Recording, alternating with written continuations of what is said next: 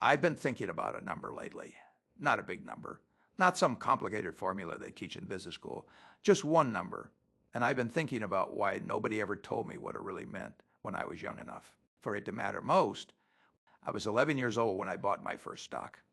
3 shares of City Service Preferred, paid $38, 25 a share.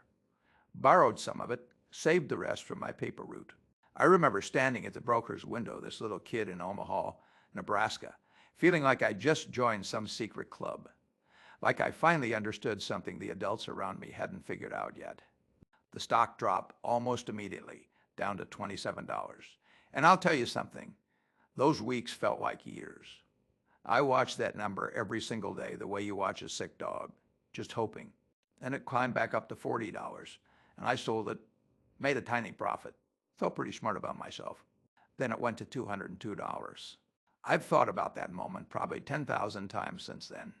Not with bitterness, more like the way you think about a road you didn't take. The stock didn't change. The company didn't change. My mistake was in how I was measuring things. I was watching the wrong number. And that habit, watching the wrong number, is exactly what keeps most people broke their entire lives without ever knowing why. Here's what I see when I look at how most people think about money. They're obsessed with income, how much they make, the salary, the raise, the bonus. Someone gets a promotion, and the first thing everyone asks is what the new number is, the paycheck number. And I understand it. I do. When you're paying rent and buying groceries and maybe trying to save a little, income feels like the whole game. It feels like the only thing that matters. But income is not the number that predicts whether you retire rich or broke. Not even close. Think about it this way. Imagine two farmers. One of them harvests 1,000 bushels of corn every year, and the other harvests 500. Now, who's the richer farmer? You'd say the first one, right? Maybe, unless the first farmer eats 990 bushels every year, and the second farmer eats 150. You see, the harvest doesn't matter nearly as much as what you keep after the harvest. That's the whole thing right there. And most people never figure that out. Not really. Not in a way that changes how they live. The number I'm talking about is your savings rate. The percentage of what you earn that you actually keep, not what you make, to what you keep. That one number, just that one, will tell me more about your financial future than your salary, your job title, your education, your zip code, or your stock picks. I mean, I've watched this for 70 years, and I've never once found an exception that held up over time. Now I know what you're thinking. You're thinking, Warren, I barely make enough to get by. I can't save 20%. Maybe you're right. Maybe right now you can. But let me tell you what I've also watched for 70 years. Most people who say that are wrong about why. They're not broke because they don't earn enough. They're broke because every time their income went up, their spending went up to match it, sometimes a little faster. I've had people come into Berkshire meetings, people making $200,000, $300,000 a year, who couldn't tell me where it all went. I've met teachers living in paid-off houses at 65 with more net worth than doctors who retired in debt. It's not about the income. It's about the gap between what comes in and what stays. When I was young, and I mean really young, maybe 9 or 10, my father Howard used to sit me down and talk about something he called the foundation. He wasn't a wealthy man by any standard most people would recognize, but he was principled. He'd say, son, before you decide what you want, decide what you're willing to do without. That stuck with me. Not as a rule about deprivation, as a rule about intention. Most people decide what they want first, then figure out how to pay for it. My dad had it backwards, and I think his version was right. Here's what the math does when you get the savings rate right. And I want you to really feel this, not just hear it. Let's say you're 30 years old and you start keeping 20% of everything you make. Every paycheck, 20 cents of every dollar goes somewhere. You don't touch. You invest it. Nothing fancy, just broad ownership of American business, the same businesses you use every day. You keep doing that for 35 years. You get to 65 with more money than you can spend. Not because you were brilliant, not because you timed the market, because you were consistent. And because time does something almost violent to money, when you let it, it multiplies it in a way that doesn't feel real until it's already happening. Charlie Munger used to call it sitting on your rear end while your money works. Charlie had a way of saying things that sounded lazy, but were actually the hardest discipline imaginable. Because sitting still while the world screams at you to do something, to move your money, to chase the next thing, to react. That takes more willpower than most people have. Most people exhaust themselves doing the wrong kind of work with their money. Now, let me tell you about a mistake I made, a real one.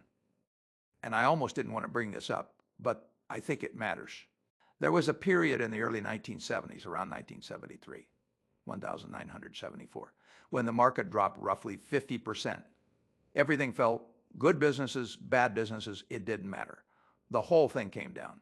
And I'd been sitting in cash for a while before that, which in hindsight looked smart. But here's what I don't talk about as much. I was scared. I'm not going to dress it up. I remember sitting in Omaha while the news was bad and the mood was bad and smart people were saying it might not come back, not the way it was.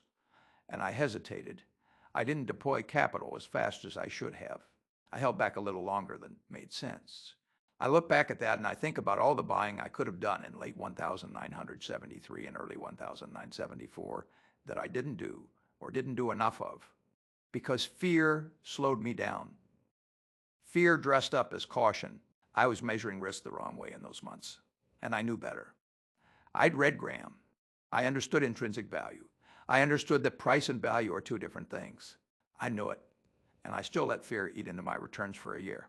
I tell you that because I want you to understand something. Knowing the right thing to do and actually doing it when everything feels terrible. Those are two completely different skills.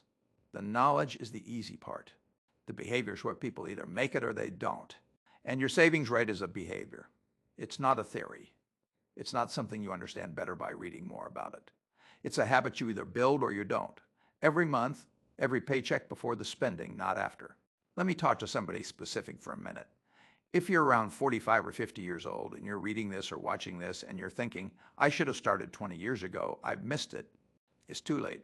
I want you to stop that thought right now. Not because it isn't true that earlier is better. It is.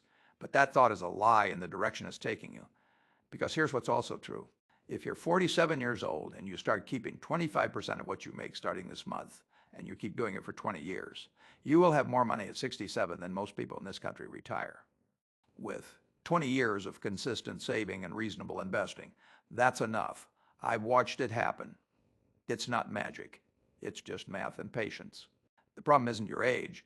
The problem is believing that because you can't have the best outcome, you should settle for no outcome. That's the logic of someone who throws away their dinner because they're annoyed they win. Can't have dessert first. Now, the savings rate matters enormously, but there's a second part of this that I'd be dishonest if I left out, where you put what you keep, because you can save 20% of your income every year for 40 years and still end up with far less than you should if you let that money sit in a savings account earning 2%. Or worse, if you let yourself get talked into chasing returns on things you don't understand. I've watched smart people, educated people, people with graduate degrees, lose enormous sums doing complicated things with their money when simple things would have served them far better. There is a deep human instinct to believe that complexity means sophistication, and that if something is harder to understand, it must be more powerful. In investing, almost the reverse is true. The simplest strategies executed with discipline over long periods of time beat nearly everything else. When I started, I used to visit companies. I'd read their financials. I'd drive to see the factory. I did all of it, and I still do some version of that. But the honest truth is that for most people, people who have jobs and families and lives that don't revolve around reading annual reports, trying to pick individual stocks is a way of paying tuition to the market. You think you're investing, the market thinks you're donating. What I'd tell a young person or anybody who doesn't want to make this a full-time obsession is to find the lowest cost way to own a piece of all of American business. Not one company, not a sector, all of it, the whole machine, and then keep adding to it slowly, regularly, without watching it every day, and let time do what time does. My friend Jack Bogle figured this out and wrote it down clearly, and a lot of people ignored him because it wasn't exciting enough. Simple rarely feels smart, but simple works. The See's Candies thing is a good example of what I mean about simplicity working. We bought See's in 1972 for $25 million. People thought we overpaid. The business made about $4 million a year at the time. But here's what we understood that the price didn't fully account for. People love See's. In California, if a man gives a woman a box of See's chocolates and she loves it, and then he shows up with a different brand to save a few dollars. That relationship is in trouble. That's pricing power. That's a simple business with a durable advantage. We didn't need a spreadsheet with 40 variables. We needed to understand what made people come back. The point is, when your savings rate is right and your investments are in things you actually understand and believe in, the whole system starts working for you instead of against you. But it starts with the rate, always with the rate, because without savings, there's nothing to invest. You can't plant a field you don't own. Here's something I want you to really sit with. The average American household income is somewhere around $70,000. If a household keeps 15% of that, just 15% that, is $10,500 a year going to work for them over 30 years with reasonable investment returns. That becomes something that changes everything. Not a yacht, not a vacation home, but freedom, the ability to stop working when you want to, not when you're forced to, the ability to handle a medical emergency without going into debt, the ability to help your kids without destroying yourself. That's what I'm talking about when I say retire rich. Not mansions, just the freedom to live on your own terms. Most people never get there. Not because they didn't earn enough over their lifetimes. Most people over 40 working years earn more than $1 million total. Most people spend almost all of it and arrive at 65 in a state of quiet panic. And the reason nearly always traces back to that same number, the savings rate. Too low, too late, too inconsistent. You have to decide what kind of person you're going to be with money before the moment arrives. Because in the moment, when your friends are upgrading, when the new car looks good, when the vacation is right there and the credit is easy, in that moment, your past self either set you up or it didn't. The discipline you build before you need it is the only kind that works. I've been asked 1,000 times what the secret to my success is, and I always feel a little awkward because I don't think there's much of a secret. I started saving when I was a little kid. I kept saving. I invested in things I understood. I didn't panic when markets fell. I didn't get greedy when markets rose. I read constantly. I surrounded myself with people smarter than me, Charlie being the best example of that. And I let time do its work. That's it. There's nothing exotic in there, nothing that required genius. What it required was starting, staying consistent, and not doing the stupid things that are always tempting you to do. If I could sit across from my 25-year-old self in some diner in Omaha and say one thing, and I've thought about this more than you'd expect, I'd say the number you need to protect isn't your income. It's the gap between your income and your spending. Guard that gap like it's the most valuable thing you own, because it is. Every dollar that slips through that gap is a dollar that never gets a chance to become something bigger.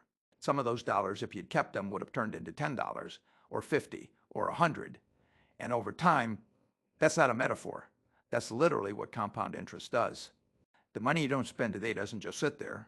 It works, it creates, it multiplies. And the dollars you spend on things that don't matter, things you won't even remember in 6 months, those dollars just stop. They disappear into the world and do nothing for you ever again. I'm not saying don't enjoy your life. I've eaten a lot of Dairy Queen. I've had a lot of Coca-Cola. I'm not some monk. And the point is knowing the difference between what you actually value and what just feels like it in the monk moment. Most impulse spending fails that test. Most of it is noise.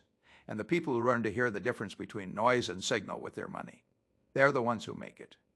You're not trying to be me. I don't want you to be me. I've had a very specific and unusual path, and most of it only worked because of when and where I was born, and the particular way my mind happens to work.